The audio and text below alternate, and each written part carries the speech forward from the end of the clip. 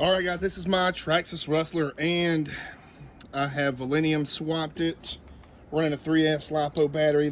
Oh, there we go. This thing, I really don't like this plug, but so we got a no-go situation. Let's show you what's going on.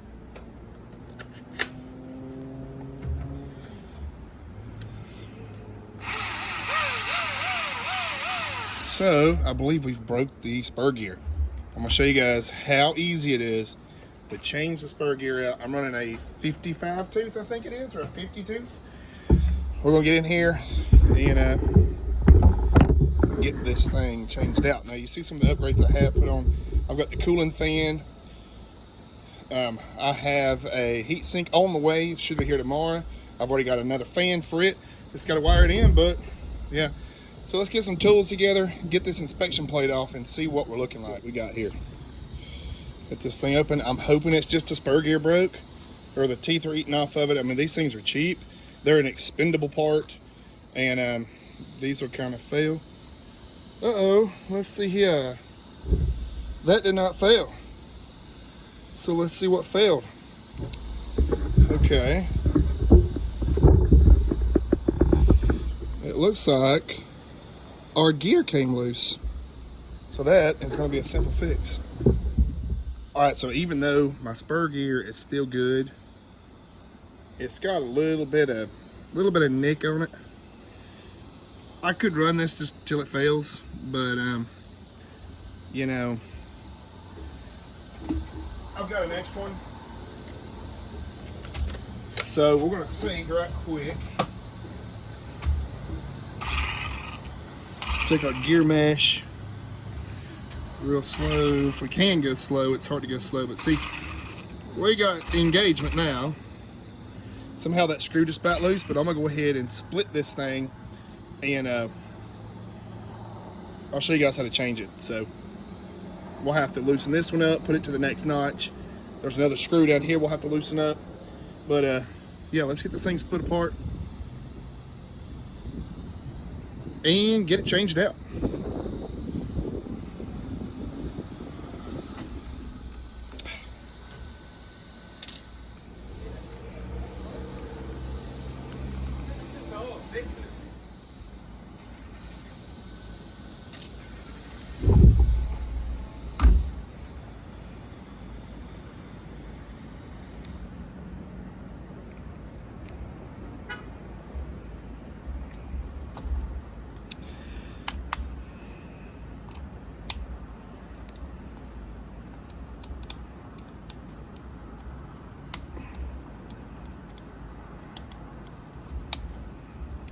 So we got our 4 screws out. That's all you got to take out, other than your inspection screw.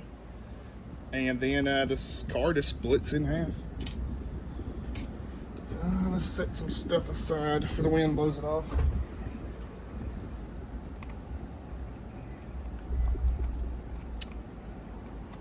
Easy as pie. And there. So I'm running a differential setup. Should just pop right out. It's pretty tight. Let's see here.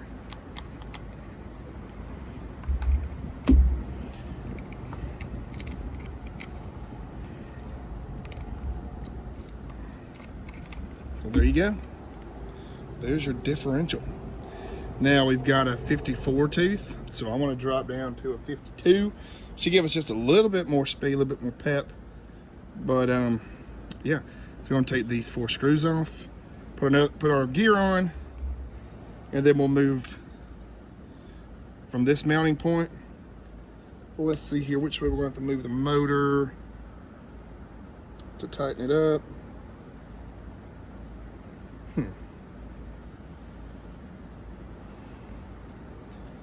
I'm going to have to study this.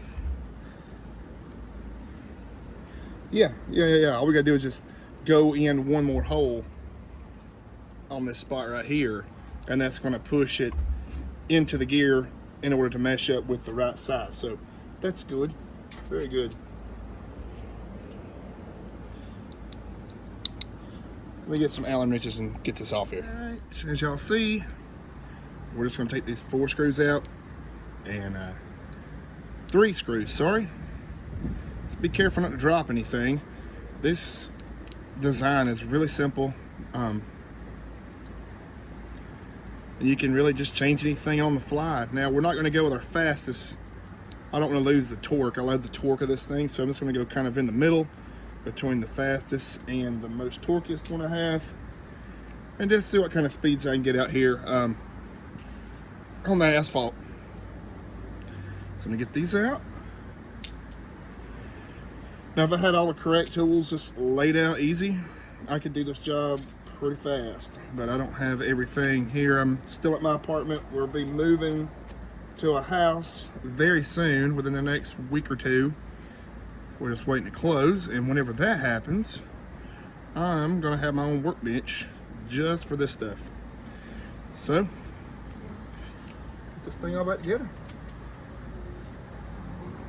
So we drop a screw out here, it's gone, and that's gonna be bad. Make sure you have a good quality set of Allen wrenches.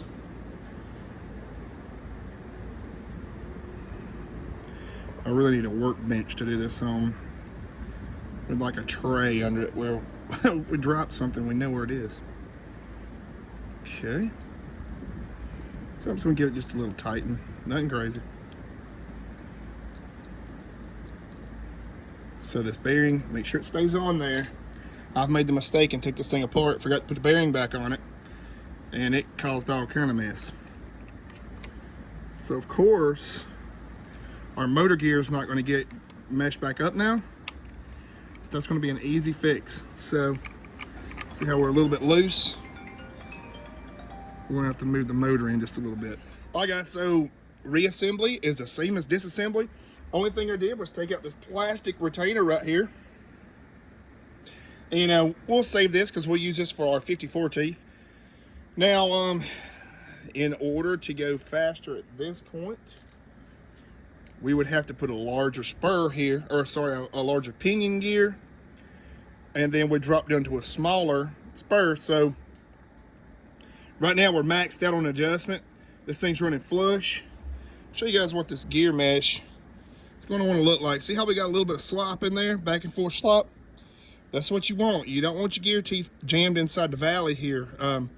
There's all kind of formulas to this. I used to do millwright work in a past life, and we set gears all the time like that. If you have it too tight, you're gonna burn your motor up. If you have it too loose, you're gonna strip your gear teeth out. So just a little, see how everything is relatively the same mesh all the way around 360.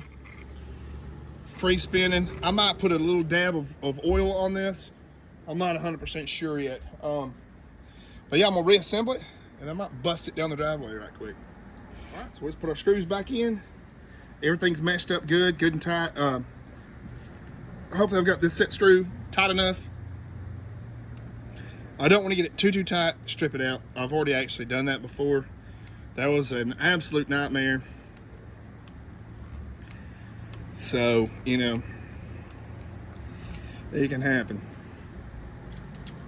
I'm gonna get all these screws right here back together. We'll go test it. So now that we got this thing back together, now this is just a little trick that I like to do, and this goes back to my millwright days. So I gotta make sure these plugs are right, because this plug here, I got this adapter plug for this, and it's not very good. I don't like it. You can easily switch them up, and you can actually plug them in backwards, which is not a good thing at all if you're not paying attention. So let's energize this car, and then let's just run this thing at low speed and let our gears mesh. I say at low speed, but this thing is quick.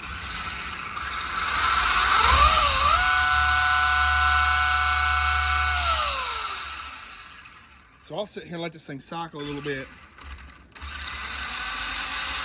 And before we put a load on it, it just kind of helps make the gears mesh together. Now, this is just something that I do. It's probably not something you have to do, but this just goes back to whenever I've done this kind of work for a living. So we'll let this thing run just a little bit, and then we'll get out here in the yard. Let's rip it. We're gonna start slow. Jesus Christ, it's way faster. Uh-oh, got a car coming. Yeah, this is why we're moving.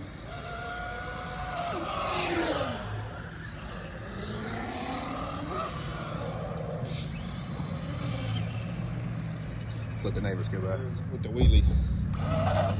Jesus. This pavement is super hot and I'm barefooted. Like I said, we are running 3S LiPo. It's super hot outside. It's probably 110. If I had to guess, this thing's probably running about mid 50s. It's definitely not 60. That's the truth. Probably high 40s, low 50s. I'd say it's running right now. We got a lot of traffic though, so we don't want to cause a crash or hit a car. Gracious. All right, here we go. You can see them tires ballooning up. That sucker is carrying some speed now. It's a hell of a lot faster than it was before. I'm gonna check the gear mesh and all the torque now that we've ran it some, but this is gonna conclude this video. You see this thing gets down, but I don't wanna dog it too much anymore until we go back and retorque everything and make sure our gear mesh stayed the same. Things can change whenever you're putting stuff together. It's good to run it for a little while, go back, check your tolerances, retorque, and then you're good to go. So you guys are watching Merit Outdoor. Make sure to like and subscribe. Let's go.